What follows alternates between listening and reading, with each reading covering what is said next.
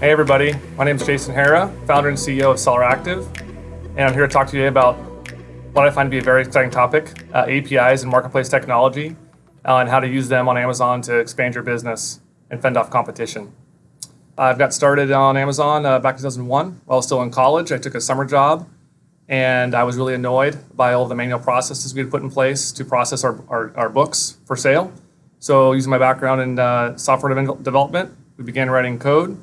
And very quickly decided that was the way to grow the business, was to automate what we could and focus on the areas that we couldn't automate at that time. So we expanded over the next 10 years into pricing automation, multi-channel listing, order management, different areas of customer service. It was a lot of fun. We learned a lot along the way.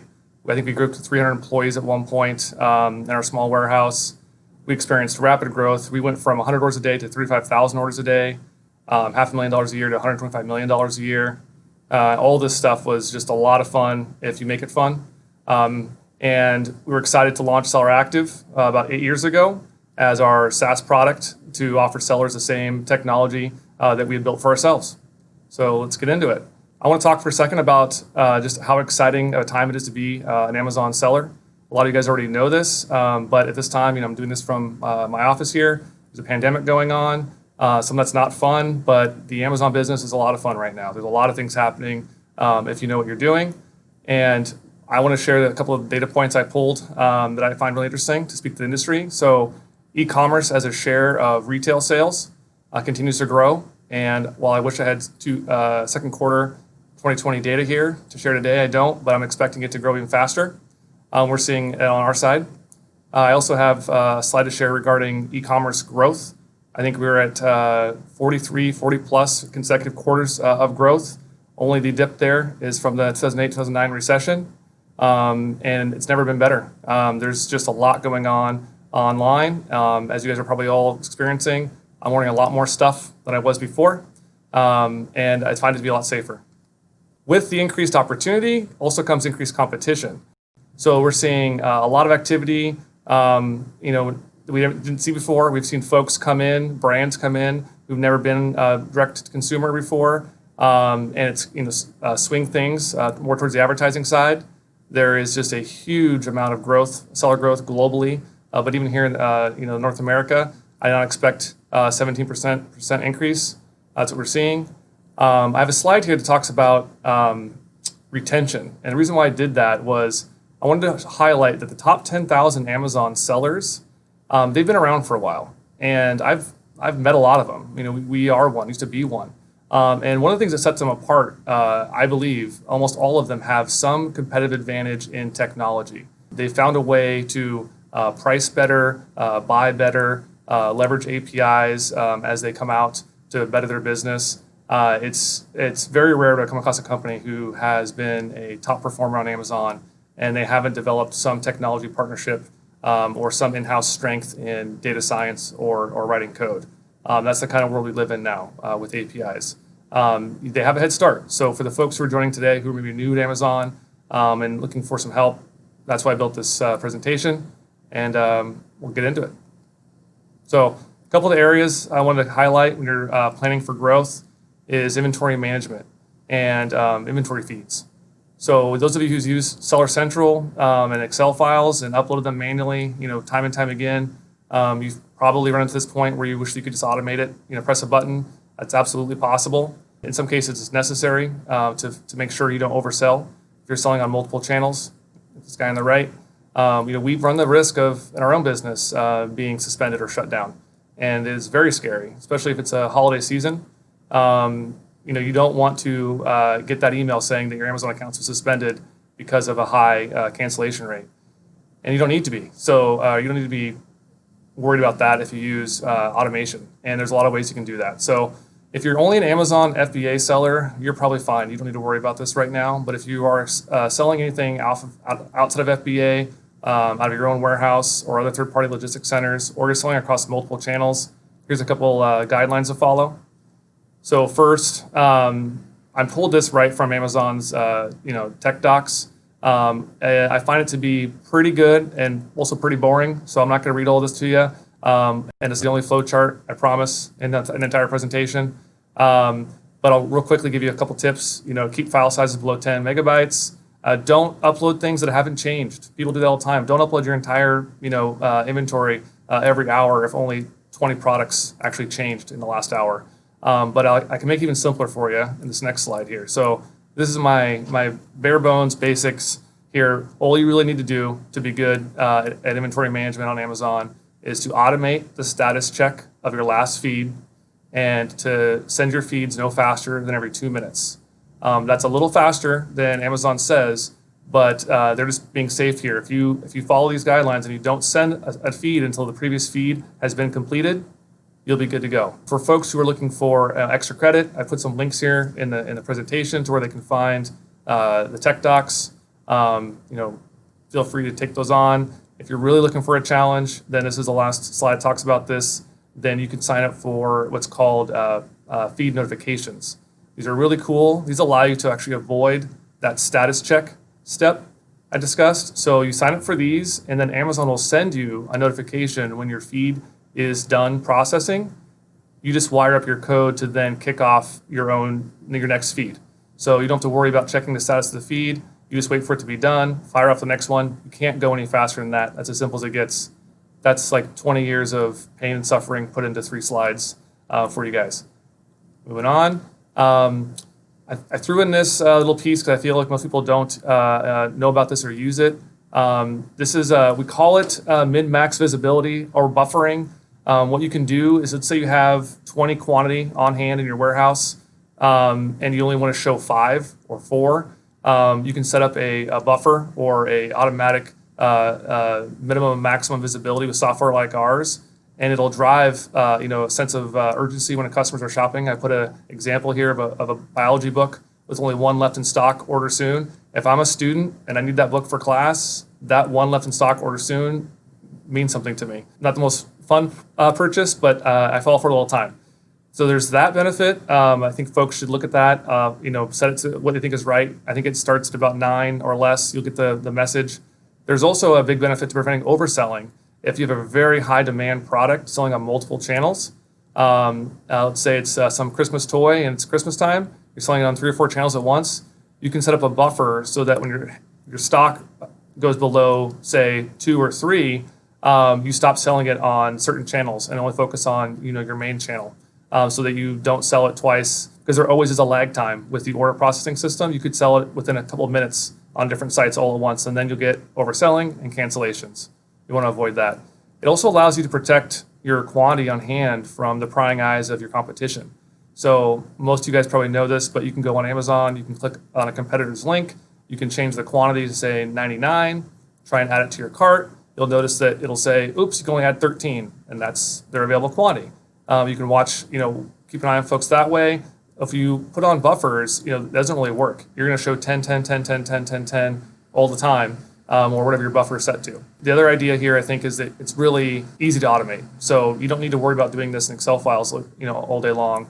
There's plenty of pieces of software like mine that can help you do this. A couple clicks of a button. Last, I think, piece on inventory management is I want to give you a quick little cheat sheet here. So I think everybody should consider building their own solution, as we did, if they have a core strength in software engineering. Go for it. It's a lot of fun. I think you can customize to your heart's content. You can find new ways, to be innovative that your competition probably isn't going to find unless they also have a strength in software engineering. You can grow quickly that way. And the other side of this, though, is maybe consider choosing an approved developer or a partner if that's not a core strength of yours. Or you want to focus that engineering time on a higher ROI activity. For example, enhancing your product research or procurement. Those are 2 areas that I find and I believe to be more valuable, as inventory management is more of a solved problem. And a lot of folks have already figured out really how to do it, so you can trust that to other companies. Plus, the APIs are always changing. I feel like that's my full-time job, actually it is keeping up with the API changes of different marketplaces. And unless you're going to be starting a software business like ours, or staffing a lot of engineers, you don't want to have to keep up with API changes every time somebody decides to make a change. If you're interested in learning more about this, you can visit the Amazon App Store and check it out, or you can find us on our website at SellerActive.com. All right, so another area that I find fascinating is automated repricing and the ability to gain an edge with price automation and price strategies. I'm going to share a couple of tricks with you guys here, a couple different pricing strategies. Before I get started, though, I want to talk about what we call a dynamic minimum price or a dynamic maximum price. So when you're pricing your inventory, you're probably already taking into account things like the fees associated with selling it, maybe the fulfillment costs. Definitely should be taking into consideration the product costs. So when you're choosing a pricing strategy or a pricing software, you should definitely be choosing one that does this for you, as it can be a huge time saver. There's a lot of ways to do this. You could make it be a profit-based strategy. So let's say you always want to get at least 40% profit after net of fees. No problem. The computers can do it a lot faster than we can do it. You can do any sort of custom formula you'd like. But the key is going to be supplying the software or your own software with your product costs. And as your product costs are changing, as they will, that you update your price automatically, your sale price, to really maximize your margin. So one of the ways to do this when you don't have buy box competition, say you're a brand and you don't have any direct competition on the same product you have for sale on Amazon, we have a strategy called velocity-based repricing. And what it tries to do is hit a certain target order velocity by playing with the price elasticity of your offer. So you can go in and say every 12 hours you want us to evaluate, or you want to evaluate your own order velocity. And if there's not enough order volume coming in, you want to decrement the price by a predetermined amount. And if there's too much order volume coming in, you want to raise the price by a predetermined amount. Pretty simple. You can do this on your own. I've included a link here in the slide to talk about where you can get the data for this. There's another version called ASIN-based repricing.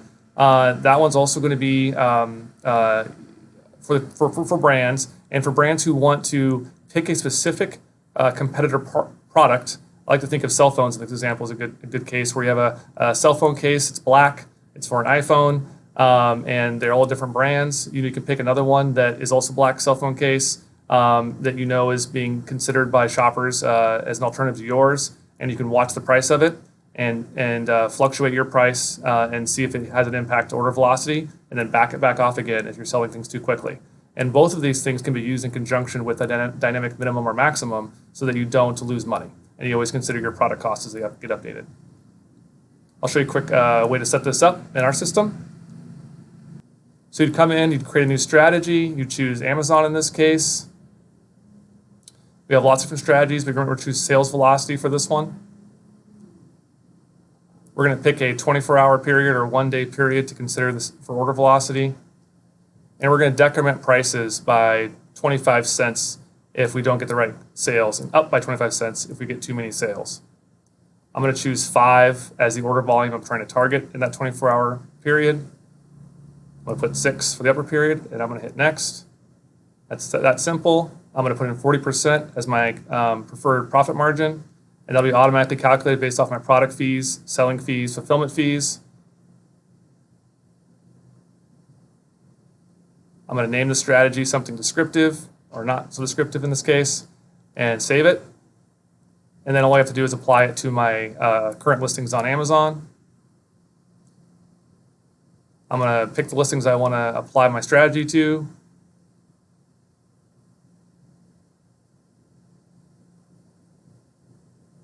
Pick the strategy I just created, wait for it to save, and then the computer does the rest. Another, and probably the most popular pricing strategy is the algorithmic pricing strategy. So that's going to be your buy box strategy if you do have competition. The buy box is made up of a bunch of different variables. It's not just the lowest price gets the buy box. I'm sure to know that. I've taken the variables that matter the most here and just threw them on slides. This is not the exact set of variables. It's much bigger than this, but price, whether or not the product is being fulfilled by FBA, your seller metrics, and your handling time seem to be, in most cases, the metrics that matter the most. And based on historical data, we can build a model that predicts, given current values for those variables, what kind of price to set to still capture the buy box. It doesn't just price down. So a lot of folks believe that repricing means you're in a race to the bottom. That's not the case. If you have competition, you have competition. You can also price up. It depends on the variables. And as long as you don't break the competitive price threshold when you're pricing up, you can stay in the buy box. This just happened when COVID first kicked off in April. We saw sellers who were pricing up too quickly because there was way more demand than supply, and they would break the competitive price threshold and lose the buy box. You want to make sure you don't break the threshold, and you'll be fine. And you can do this automatically.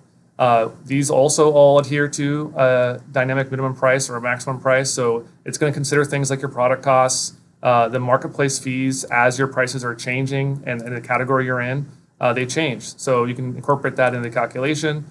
Shipping fulfillment fees included as well. And then I think if you're using a combo system that's doing your quantity changes and your pricing changes, you can trigger these price changes off things like changes to your product costs or changes to your fulfillment costs, and have that go back and reconsider the rest of the model and predict a new price. Pretty handy. And then we're going to talk about speed here in a second, how important speed is in this whole equation. It's like the stock market here. So I'm putting an example timeline of how a typical price notification-based repricing system works.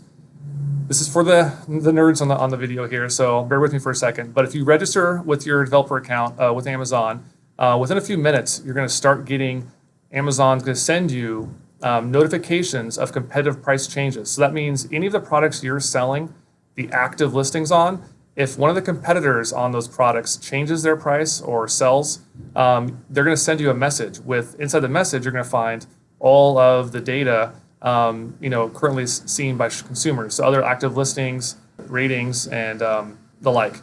If you run that through a model, like we just discussed, you can make a prediction to say, what does your price need to be set to, given who your competition is and who you are, whether or not they're using FBA, what their ratings are, their handling time, and then maximize your margin by picking the highest price you can by still holding the buy box. You submit that feed right away based on the feed submission rules we talked about earlier, so don't go faster than 2 minutes.